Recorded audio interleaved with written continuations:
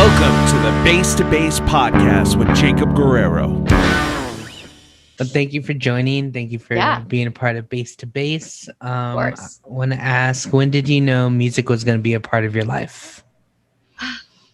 I don't know. I think what I first started getting kind of like the urges to play music very, very young, probably when I was like 4 or 5 years old. I have like very distinct memories of listening to like Everclear and the Goo Goo Dolls with my dad and just like being really like entranced by like the sounds, you know?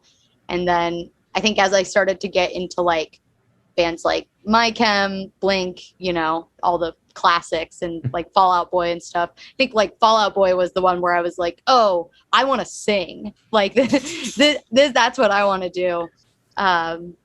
Yeah, so probably just like as early as I started listening to music, I was like, I want to make this. What's the first instrument that you picked up? I played piano first. My mom's mom was a blues pianist, and so she kind of like taught me a good bit, did some lessons, and then I kind of fell off of those, but I always kind of kept playing. I think I got my first guitar when I was like 8 years old, maybe, but I never really like got that good at playing it. I took a couple lessons and like learned some chords. Yeah, piano and guitar were like pretty simultaneous, I would say, within like a year or two of each other. Nice. When did you like start wanting to learn songs and like wanting to write? Cool. That's kind of a tough one. I have this like kind of weird anecdote that I think about a lot. There was this Disney Channel original movie called Pixel Perfect, which was about, you know, a band looking for a lead singer, and this person auditions like a hologram. And basically the person who wanted to be the lead singer, she then like writes this song on her acoustic guitar, like, you know, lamenting the situation. And like that, like genuinely like that scene, I was like, oh, I want to write like sad, like acoustic music. Oh yeah. And yeah, that was it. So did just that experience from like your first like classes just help you like write music like with just those chords, or like how did you learn more chords and like expand your music knowledge? I kind of just kept learning by ear at a certain point. I think probably around when I was like 12 or 13, I started really like trying to write songs. Mm-hmm. And I was at the time I was listening to a lot of like, you know, like folk music and like the Avett Brothers, Iron and Wine, bands like that, Bon Iver, like, and so that kind of gave me like sort of a baseline for like how to sort of structure songs in that way. And yeah, I think I obviously was very lucky to have had the like initial knowledge from actually taking lessons, but I never took lessons for very long. I always got really frustrated with them because I just wanted to like play fucking punk music or whatever. But like having that like kind of theory knowledge naturally made it a little bit easier for me to kind of construct like progressions and, you know, but my lyrical content was god awful back then. Very, very cliche. But I was doing my best, and you know, it's all part of the journey, right? To like get where you are. Yeah. My lyrical content's definitely cliche and pretty weak. How did you get to that next level? I think it was just listening to so much music just all the time and really like thinking about lyrics. And also I think learning more about like classical like poetry and stuff really helped, about kind of like the different ways that you can construct like verse or anything like that, like whether it's narrative or like sonnets, stuff like that. But really I would just a lot of times latch on to these like phrases from, you know, artists that I was listening to, and I would try to kind of like imitate that, like, which is kind of, I think the way a lot of people learn how to do anything is just by imitating it first, especially when you get into those like weird kind of metaphorical stuff. Like I remember listening to a lot of like Purity Ring, who are like pop band in high school, and their lyrical content is kind of just like, it's like off the rails. Like, it's like, what does this mean? And it kind of solidified for me that you can really like take any emotion you have and establish like an abstraction to that in like a really cool way. And there are no real rules for it, which is really nice. But I think at its core, at least now, I try very hard to not get too lost in the metaphor, because I think that like honesty and like vulnerability is also very important. And there are plenty of bands that I like that also like abide by that. I think it is almost a little bit shocking sometimes when someone is extremely vulnerable and extremely honest about an experience through their music. And I've always wanted to kind of find the nice middle ground between like getting lost in like a heady metaphor and also still staying grounded to like what is true and what is real, because then people can kind of relate to it in a more positive way, I think. Yeah, absolutely. You brought up like Purity Ring and some other bands who I don't really feel are like mainstream bands. Like, how did you, growing up, like how did you discover new music or bands like that? So my dad was a wrestling coach, and so he often would make like mix CDs of like what his wrestlers liked. So on those, it was a lot of like, My Chem and Blank and like rock bands like that. And also some like heavier bands like Poison the Well, who is a band I really love, and like Drop Dead Gorgeous, who I love also. So that kind of gave me like a really good baseline to start. But then it was just, as I got older, I was going to shows and like going to Warped Tour and getting like people's like compilations and stuff. I remember getting the like Epitaph comp, and it had like I can't even remember what bands were on it now, but I do remember distinctly getting some compilation, and the band Viara was on there, and I lost my mind. I was like, I've never heard anything like this, and I would add so many things. When I discovered LimeWire, it was like over, I was just like downloading everything. And then I had a friend in high school that we were in art class together, and we had this kind of weekly ritual where we would make each other a playlist, and I would find a lot of new music from him. And he kind of introduced me to the kind of like art pop side of things, which was really interesting because at that point I liked Taylor Swift because I lived in an area where a lot like country music was kind of the norm. But as far as like pop stars, it was like I liked Britney Spears, like I didn't really know that there was like kind of this, I was going to say seedy underbelly, but I really mean like underground scene of like pop bands. And I remember like finding like Sylvan Esso, Purity Ring, bands like that. Sleigh Bells, I think, was probably on some of those lists, who are one of my favorite bands. And yeah, that kind of like share of music with somebody who was like not listening to the same scene I was like really, really beneficial for me, because I don't think I would be making the music that I am now if I didn't have those kind of like formative bands, right? That's really awesome. That's really cool about the sharing like each other's playlists and stuff. You brought up Britney Spears. The Toxic cover was amazing. Oh, thank you. I was so excited when Jeremy asked me to do that. I was like, Britney is my queen. I have to do this justice. I worked so hard. I feel like I like retook those vocals like 100 times because I was like, if this isn't good, I'm slamming my queen's name. I can't do this. So when something like that comes up, do you just record at home?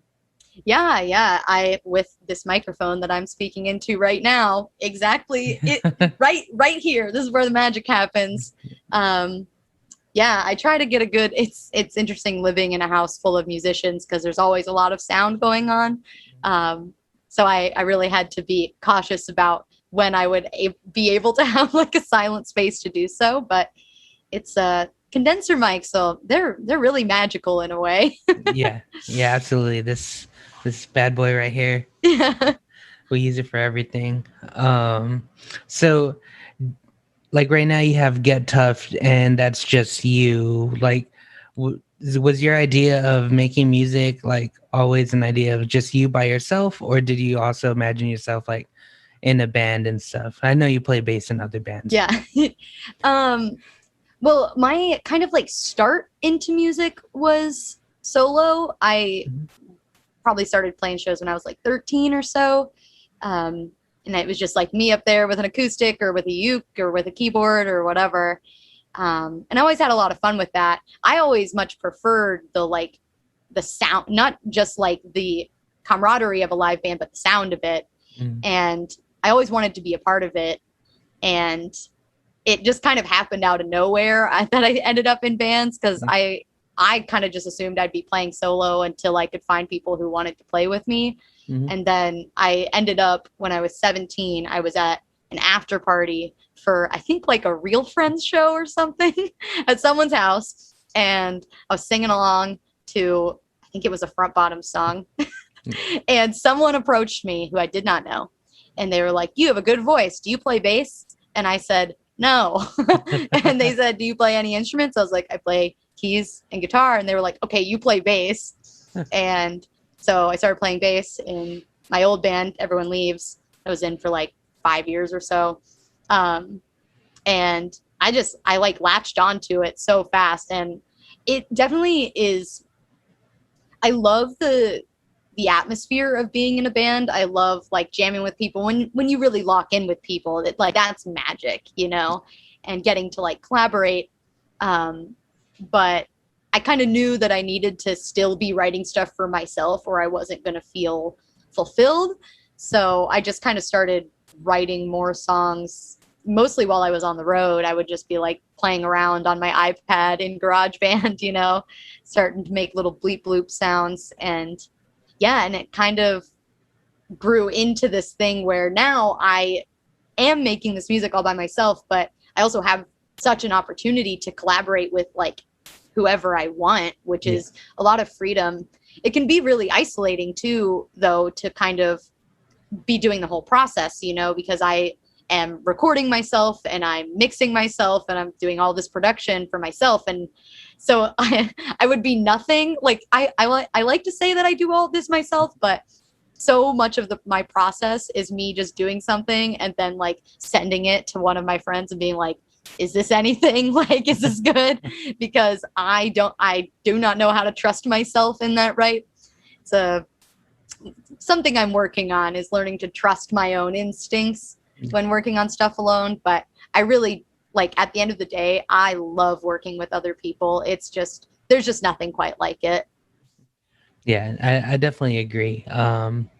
So when you played bass, like when you started learning, like what was your process then? Like to just say, "Hey, you play guitar, so you play bass," which is honestly like happens to so many people. Oh my gosh, it always happens to people. That's like this. I feel like that's the story for so many bassists. Is they were like, "Well, I used to play guitar, but then someone needed a bassist." Yeah.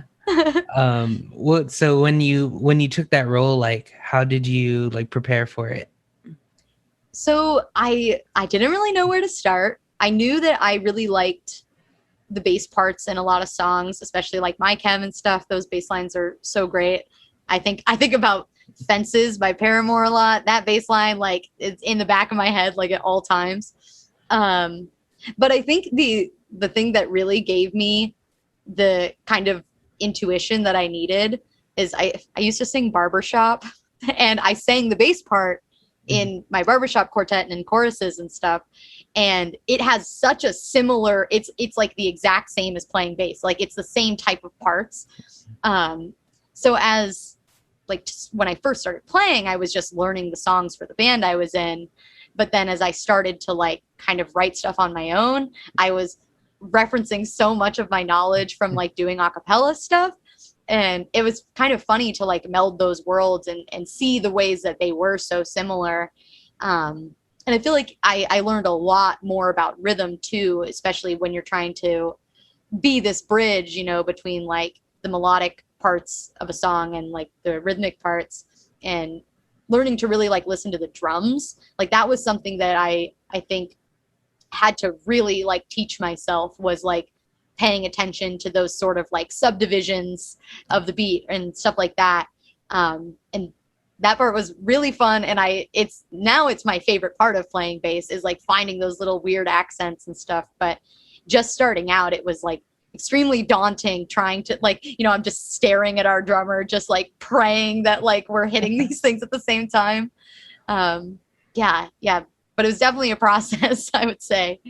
Yeah, I love it. I see your bass behind you. What bass are you jamming now? So that is actually I would say it's my B bass. My A bass is next to me, which is like an American standard jazz from like 2001. This is hotly contested. I Google this all the time. I can never figure out exactly what model this bass is, because it has like the like plates on it, and so many, like I always said it was a 72 reissue, because I think that's what the tag said when I bought it used at Guitar Center. But that was years ago, so I don't really remember. Yeah. And so all the time I Google it. I'm just like, can I figure out the model of this bass? Never been able to figure it out. I'm going to keep saying it's a 72 reissue. It's some sort of 70s looking thing with like the metal plates on it. I love that thing though. It's so nice. Yeah. Awesome. That is definitely my A bass. And do you play like, or when you record, do you just record straight into your like interface? Yeah. I would like to start tracking like with amps and stuff, but we don't really have a good setup for it here. Nick, who plays in Gray Matter and also records bands, and we've been talking about how we can set up some sort of booth in our basement where we can like blast amps and actually record them. But right now I just I'm like straight into the interface, and I've got some like really good like pedal clones. Yeah. We love plugins, Me too. Love it. Yeah, just amp sims, stuff like that. Yeah. Yeah, awesome. So how'd you get involved? So your first band, like now you play bass in 3 bands, is that right? Yes. So how'd you get involved with them? So for Jetty Bones, which was the first band after my first band. Yeah. That's confusing. So my old band, Everyone Leaves, took Jetty Bones on tour, and we just kind of played as her backing band just to make it easy so we could all be in one band. And then after that tour, she was like, "You want to keep doing this?" And I was like, yes. So that one was pretty easy. And now I've been in that band for about 4 years now, which is pretty wild to think about, actually. And then for the weekdays, it's really funny that I played a show with them in my old band. And I like loved their whole thing. But they were playing as a 2-piece with tracked bass. And I always thought that was really cool. Kept listening to the band, loved the record, whatever. And then I end up at South by in 2017, and I like meet up with them. Well, funny enough, me and Dustin matched on Tinder because I was using Tinder to see who of my friends were there. And I was just like, oh, that's Dustin from the weekdays, and then I was just like, oh yeah, like I'm excited to like see you guys play. Like, we're here. And then like they did their set and we're like hanging out outside the venue. And I was just like, yeah, this is like awesome. I love your record. Like if you ever want a real bassist though, hit me up. And then like a month later I was playing in the band. So that was really cool. Safe Face was that was like a long time coming sort of thing for me. I used to be, I would say I still am, like #1 Safe Face fan, huge fan. Toured with them twice in my old band and just like loved it. And I always was just like, oh my God, I want to play bass in this band so bad. This is all I want. And then it just so happened that like they finally had a bassist leave, and Tyler hit me up and was just like, hey, I know we've been talking about how it would be cool for you to play bass in this band for years. Do you want to do it for real this time? And I was just like, like yes, I do. It's just like, it's so much fun too, because Tyler is like my best friend in the world, and we've been friends for years. So the fact that we are finally in a band together is just like, it's so nice. It's just like so wonderful to like play together. I think the first time I saw a photo of us on stage together on the tour that we did, I literally started crying. I was just like, oh my gosh. Because if you had told me the first time I saw that band, in 2016 when I did a tour with them, like, hey, in like 5 years you're going to be in this band, I'd be like, you're crazy. And here we are. So the issue is that I really like playing music with my friends. So if anybody asks me to be in a band, I say yes. Yeah, I feel that for sure. Yeah. So being involved in so many music or so many bands and music, how did you handle the pandemic or this quarantine? So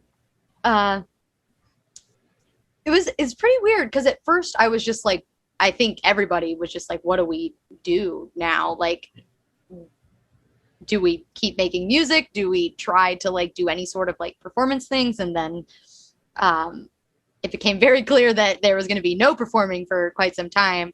And so throughout that time,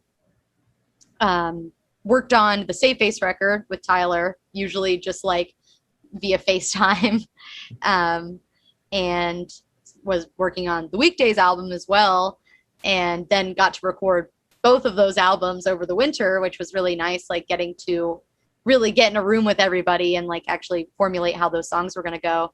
And it gave me the time to make the Get Tough record, which I would have never expected. I really did not think that I was ever going to like have the time to really sit and do it, but it gave me kind of a unique opportunity to spend a lot of time right here at my desk working on music. And so it was actually like such a productive time to make music because I ended up getting to do 3 albums.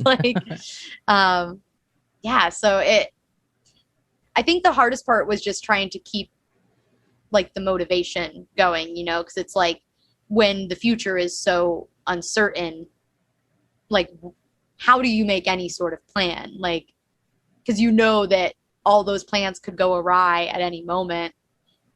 So I think I ended up with like the best case scenario of all of the plans that ended up happening. And I had so much fun getting to play a bunch of live streams like that. That was actually like really great for me, as just specifically for Get Tough stuff, because I hadn't really gotten to play many shows with this project before the pandemic. I think I maybe played like 3 shows and only 2 with like an actual backing band. And so getting to like really experiment with that set and what those songs could be was really, really great for me, because I was just like, I don't know, like what's the live set going to be for this band? Like somehow I have to figure it out. And then a bunch of people gave me really wonderful opportunities to really play with that. And, I'm blessed to have musicians in the house who are just already there, and they also wanted to play music really bad. So that was just really great. But yeah, it was definitely hard to keep the motivation to like want to create anything though. So I commend everybody else who was able to kind of get through that and make awesome art during such an uncertain time. Yeah, for sure. I want to bring up your album, like in your writing process. Like what is your process like? Like, do you block out times where you're like, hey, from this time to this time I'm gonna write, or is it just kind of comes naturally? It usually comes pretty naturally. I work from home, so I'm pretty much just here at my desk at all times during the day. And a lot of times I'll end up with kind of a phrase stuck in my head, or oftentimes if I'm like in a conversation with somebody, I'm always like taking little notes on my phone of just like little phrases or like little things that people say as kind of like a jumping off point. I never know if I'm going to use them, but a lot of times I end up doing that. And I would say that my best writing though, and this is terrible for me health wise, but the best writing for me comes when I am extremely sleep deprived and it's like 4 a.m. and I'm just like kind of crawling over to my desk to like track down some like MIDI chords and then write some absolute nonsense down. I always end up with like such an interesting product then, I think, because I'm kind of not of conscious mind in those moments. Yeah, but I don't think that there have definitely been times where I've tried to just sit down and write.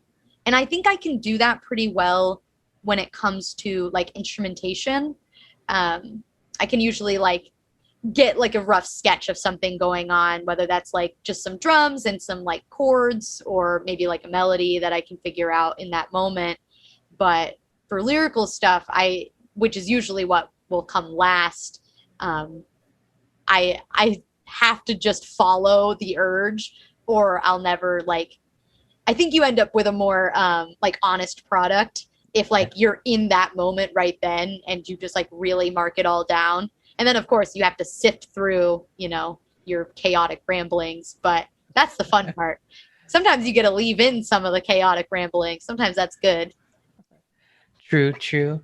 So you came out with the little like EP with Ike. Mm-hmm. How did that come about?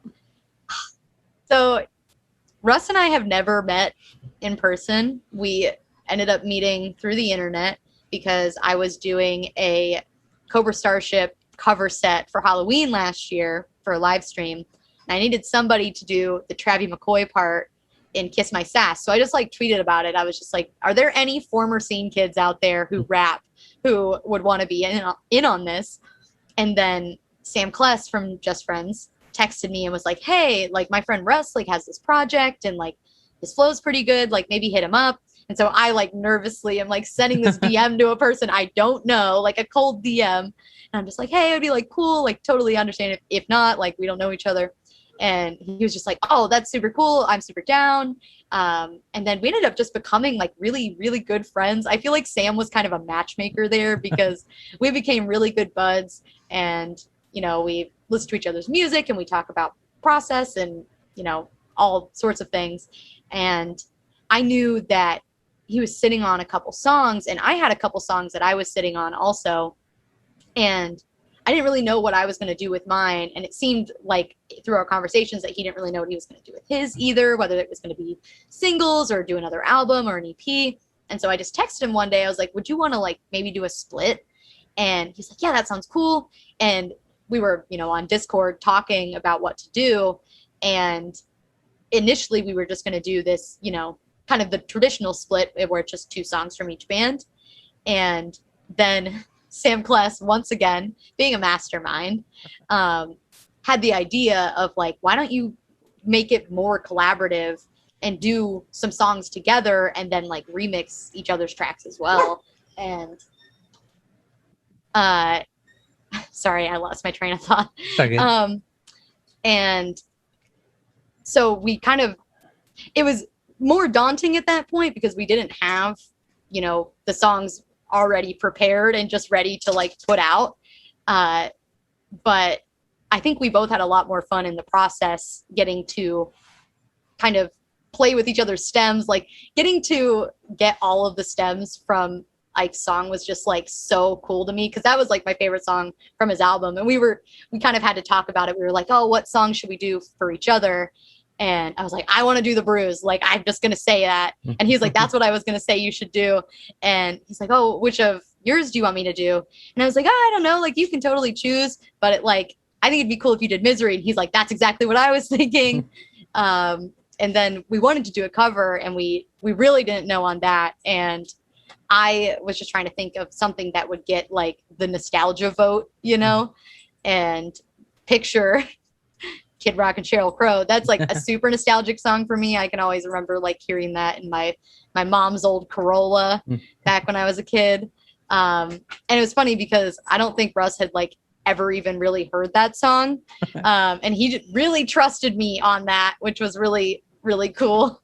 And so we went for it, and I think it turned out really cool. It was nice too because the Make Me Famous, which was the single, we already were doing that song together. I had already like tracked my verse and all this stuff. So it just kind of made sense that that would be like the lead single because it was going to come out eventually anyway. Yeah. So it was really fun that it got to be a part of like a larger collaboration between the two of us. Yeah, but it's just very strange. Like it's the kind of the beauty of the internet and of like this music scene kind of existing on Twitter. Like it got to bring me to a person who I love so dearly now and I can relate to so much, being like kind of a weird artist in the greater scene. You know, we both make like weird electronic music, and it's really cool to kind of have that camaraderie and to be able to collaborate because we both also have very different scopes as far as our tastes and our inspirations. So getting to like bring that together was really, really cool. Yeah, absolutely. It's crazy you met on Twitter. Like, I feel like lately I've met so many people on Twitter, and it's actually because of like this ska scene. It's like not just ska, like it's still ska with the little, just diversity, but Yeah. it's so wild. And it's crazy you bring up Just Friends. Like I'm gonna talk to Kevin. Nice. Also. Oh, of course. And Kevin is like my favorite bassist in the world. So sick. Love his playing so much. Yeah, he played on my album. He played on Ragdoll. Yeah, which was like really cool. That was like oh my god, I love Just Friends. 1. Yeah. 2, I love Kevin's playing. And when I was doing Ragdoll, I had this like whole song. It was like pretty much done. And I was like, there is something missing. And it had like sub bass and like not really a bass line, but I was just like, it's like I was trying really hard with the album to not have too much just of me shredding on bass because I wanted to try something different, kind of get out of my comfort zone. But I knew as I got to that point with that song, I was like, the thing that this is missing is Kevin going absolutely nuts on it. And and I was so pleased. It was like exactly what that song needed. And I was so happy to get to like have him on it. Oh my gosh. Yeah. That's so wild. It's such a small world too. Yeah. Like, it's crazy. Okay, I just want to bring up touring because it sounds like you've toured like a bunch, and that's yes, awesome. How do you like?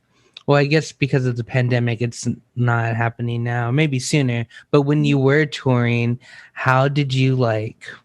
I don't want to say live, but like as far as like balance, like touring and having to like have a work life, stuff like that. Maybe for people who don't know or who want to tour. Yeah. I have, I think, kind of a unique situation being that I am able to work from the road because most of my income is from graphic design, illustration sort of stuff. So I've always been able to work from the road, but at the same time, it is still very draining to do so. And I think previously, pre-pandemic, I had like kind of a come to Jesus moment during the pandemic where I was like, I was going a little crazy, going like definitely kind of burning the candle at both ends and definitely using like my own productivity as like a distraction. And so I would say my main advice to people who do want to tour and who want to retain that sort of balance is you got to make time for yourself. You can't just say yes to everything, even though you really, really want to. Like you have to set really clear boundaries for yourself and for your mental health, and also just for the health of your body. Because like touring, it's not easy on your body. Like it really isn't.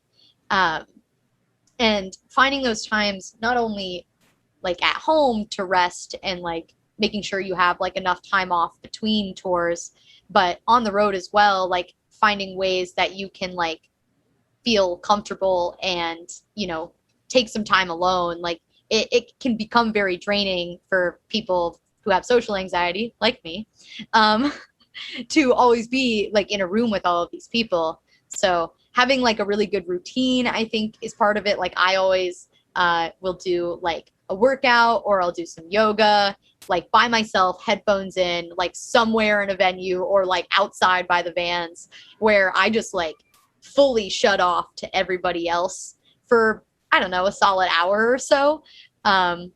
Usually somewhere between like load in and when we have to play. And that is so, so important. And it's just, I think the FOMO aspect, I think, comes in a lot. And I realized that I was kind of a victim of the FOMO kind of phenomenon, where I was taking on a lot of projects and a lot of tours all at once. And that made it very difficult for me to ever really know myself. I think I was kind of just operating my like flesh mech through like playing gigs. And it's so, I love playing shows. I love performing and I love seeing my friends. Like it is the thing that really like invigorates me. But at the same time, I think it was really like suppressing so much. So it's really important to make sure that you make some time for yourself.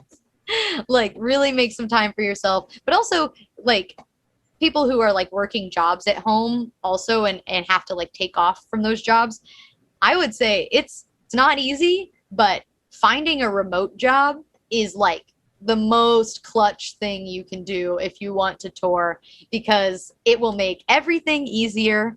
You can work on the road. You don't have to worry about that lost income, unless, you know, some people get that paid time off, which is pretty sweet. I think that's cool. But, you know, finding other things to kind of supplement income also while you're on the road, it's hard out here. But that's my big advice. It's not easy for everyone. I am very privileged to be able to like sustain myself with like design and all of that. But I do urge other people to try to find some sort of situation like that where they can use their skills and do that on the road. Yeah, absolutely. That's really good insight. So what is your plans for the rest of the year? Plans for the rest of the year. All right. So I am going out to New Jersey to practice with Save Face in a couple weeks. We're just getting ready for the tour that we're doing with Mom Jeans at the end of the year. And we're playing a lot of new songs, so obviously want to get really, really versed with that. We've got Riot Fest coming up with the weekdays, which is going to be super cool. We just had a couple days of practicing where we all got together and got to jam on our new songs, which was really, really fun. And God, I can't wait to play with 303. It's going to change my life. It's going to be so cool. Yeah, I don't know. I think probably play some Get Tough shows. There's one on the docket that's not announced yet, so I can't say anything about that. But playing some Get Tough shows. I'm going to keep making some music. Always just making music. Sitting right here where I am right now, just playing bleep bloops on my computer. Yeah, I want to keep doing some more bass covers too. I always realized that has really elevated my playing in such a way. Like I felt like I got really stagnant when I was just playing playing shows all the time, playing like the same set over and over. And like learning new music on bass has like really like broadened my scope of like stuff that I want to play, and it's like helped me write more, and I just want to keep getting better. I want to be the best. Yeah, for sure. A tip for bass covers: do a Fortnite bass cover. Oh You'll my get God. crazy views, because out of everything I've put out, my Fortnite cover has over 2K views, and like it's almost been 2 weeks, and it's wild. Oh my so gosh. Do a Fortnite cover and you'll get some views. That's a good idea. Yeah. Okay, cool. Thanks for the tip. Yeah, for sure. Now, where can people listen to you? All streaming services. I'm on everything. Spotify, Apple Music, Tidal, Pandora. Why am I on there? I don't know. I'm on all of them. DistroKid puts me on everything. Yeah. Shout out to DistroKid. Shout out DistroKid. Honestly, it's so nice. Like, yeah, I love it. Yeah. Awesome. Well, thank you so much for taking time out of your day to talk to me. I appreciate it. You're living the life, and I'm super jealous. But, hopefully I can catch you on the show if you come to San Antonio. Yeah. And if you need any venues, let me know and I got you. Awesome. Thank you for having me. Yeah, of course. Well, again, thanks so much, and you have a good night. Yeah, you too. All right, thanks. Bye.